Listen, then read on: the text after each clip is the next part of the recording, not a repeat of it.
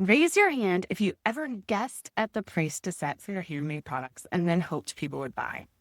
I've been there, and let me tell you, it is the fastest way to undervalue yourselves and stall out your business because you're never making money.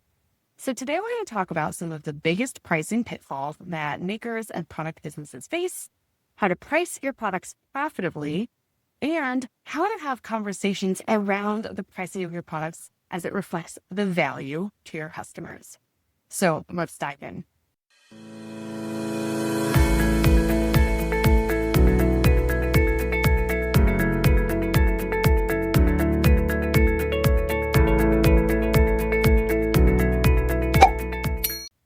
First, let's talk about why this pricing approach can be very damaging and some of the most common pitfalls. New makers and creatives, when they're just starting out, typically have a fairly low confidence level, either in their skills or their ability to sell. And if you have both, that's a double whammy. So what happens is if you are lacking confidence in either one of those areas, you're going to be inclined to keep your price low because you feel like an imposter. Oh, I'm just doing this for a couple dollars, or oh, I haven't been doing this that long, or I don't really know if people would want what I have, or the most common one I hear, people in my area don't pay those kinds of prices.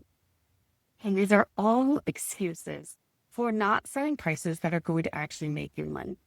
Makers and creatives have so much to offer, but oftentimes because this is a skill that feels natural to us, we feel like it's not something that we can charge a reliable price for.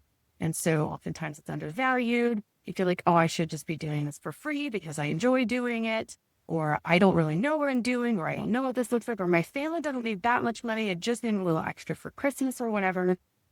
And so you end up pricing below what your business would need to function as a business and not a hobby. There's also an added detriment. So whereas makers and creatives enter the market, and this happens a lot during recession periods, you will price lower because of lack of confidence or skills or experience. But what that does is it drives the market down for all other makers in your industry. A really great example of this is pottery. If you are a new potter and you're coming in and you're selling mugs, but you're not confident in your skill, you sell your mug for $10.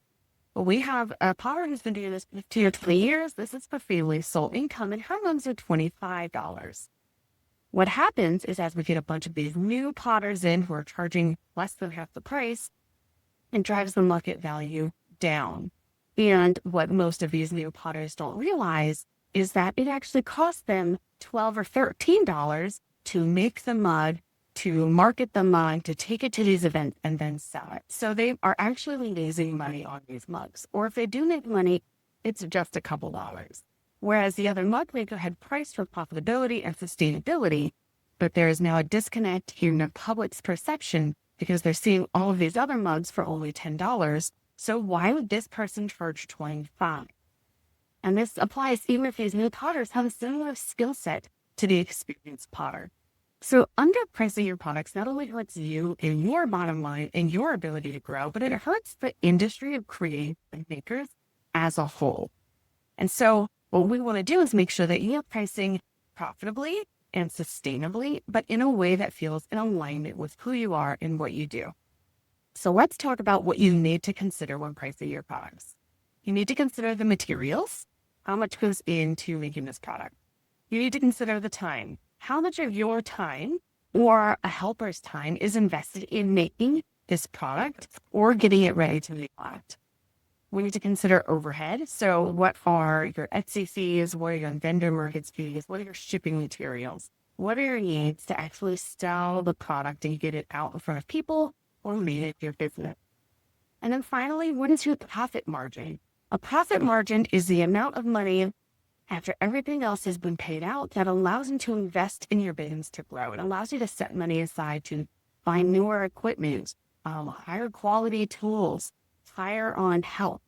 And so we want to make sure we have those 4 things: our materials, our time, our overhead, and our profit margin taken into account. So let's think through an example of it. For example, my knitting bags. They are cotton bags that I would sew. And so first off, taking into account materials, I had the cotton, I had the thread, and I had the snaps. Now, all of that added up together, depending on the size of my bag, was about $11. I knew my fabric was on average about $16 a yard because of the quality I was buying. I knew that it took about a quarter of a yard per bag to make. So $4 per bag, plus my snaps on each of these, and then my time. I could get a bag done in about 20 to 30 minutes. So my time and materials for this bag ended up at about $11. So then on top of that, I wanted to make sure that I was taking into account overhead and profit. And so we added in all my overhead. The way I did this is I said, okay, anytime I make a sale on Etsy, what is my listing fee and what is the transaction fee? So 20 cents plus another $82 for transaction fee.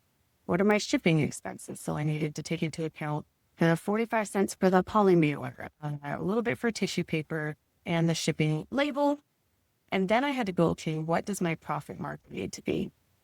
And so I'm taking all that into account and is able to calculate out what the price of my products should actually be. And if you are interested in doing this calculation, that this feels like a lot of numbers and math for you, click on the link that goes along with this video and you can get my free pricing calculator, which will do exactly what I just outlined for you. So make sure you grab that at the link here if you're struggling to figure out how to price your products. Now, finally, we have identified what's holding us back on pricing. We have figured out how to price our products effectively and profitably and sustainably so we can grow. But now we need to talk about the pricing objections, because we're going to go back to that statement. People here don't pay those prices. That is such a common phrase I hear. And yes, maybe in some rural or low-income poverty, urban and rural areas, that is true. But for the vast majority of people, they're going to pay for something that they find valuable and worthwhile. And if you want to grow a profitable product-based business, you shouldn't be marketing just to your local clientele anyway. You should be expanding out into other areas.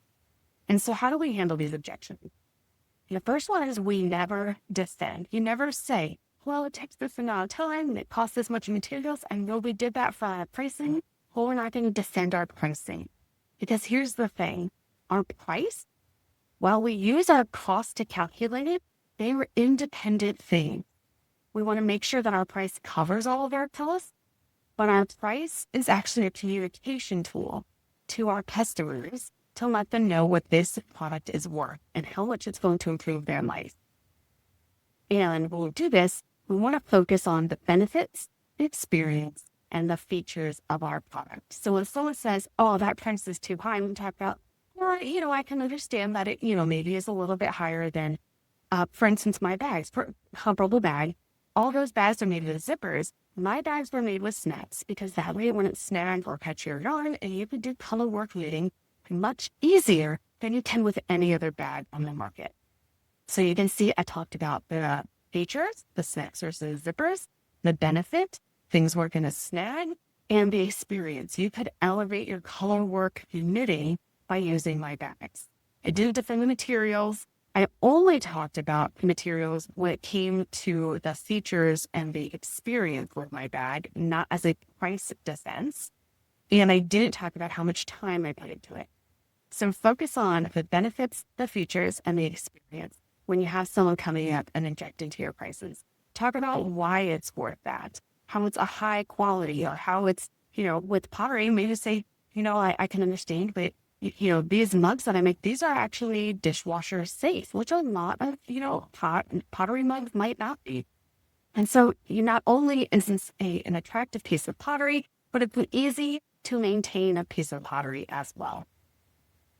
So, taking a look at this, if you have been unsure about how to price your products and not confident in how to actually make money selling your handmade products, then I hope this video has helped you kind of get out of that rut and start figuring out how to price your products and how to communicate the value of your products to your customers.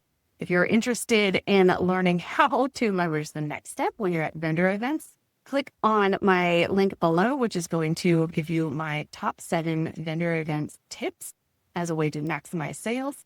And like I said, grab that pricing calculator if that math felt way too hard for you earlier. And as always, if you have enjoyed this video, found it beneficial and useful, please don't forget to like and subscribe.